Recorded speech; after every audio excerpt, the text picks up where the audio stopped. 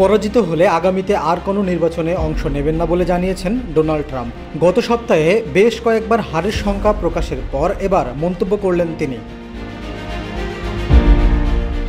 সাংবাদিকদের সাথে একটি সাক্ষাৎকার অনুষ্ঠানে ট্রাম্পকে প্রশ্ন করা হয়, ডেমোক্র্যাট প্রার্থী কমলা হ্যারিসের কাছে হেরে গেলে তিনি আর কোনো নির্বাচনী দৌড়ে অংশ নেবেন কিনা।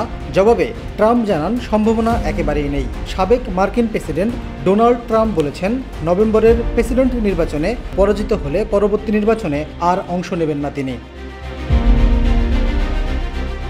টানা ৩টি জাতীয় নির্বাচনে রিপাবলিকান প্রার্থী হওয়ায় সাবেক এই প্রেসিডেন্ট প্রচারণার মাঠে জয়ের প্রত্যাশা করলেও গেল ৪ দিনে কয়েকবার পরাজয়ের সম্ভাবনার কথা বলেছেন, আর এর জন্য দায়ী করেছেন ইহুদি ভোটারদের।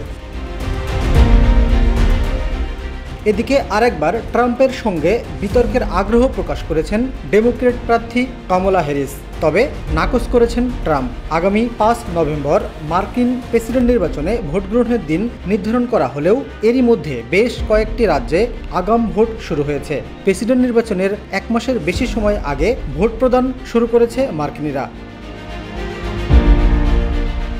সশরীরে কেন্দ্রে গিয়ে ভোট দিচ্ছেন ভার্জিনিয়া, সাউথ ডাকোটা ও মিনেসোটার বাসিন্দারা।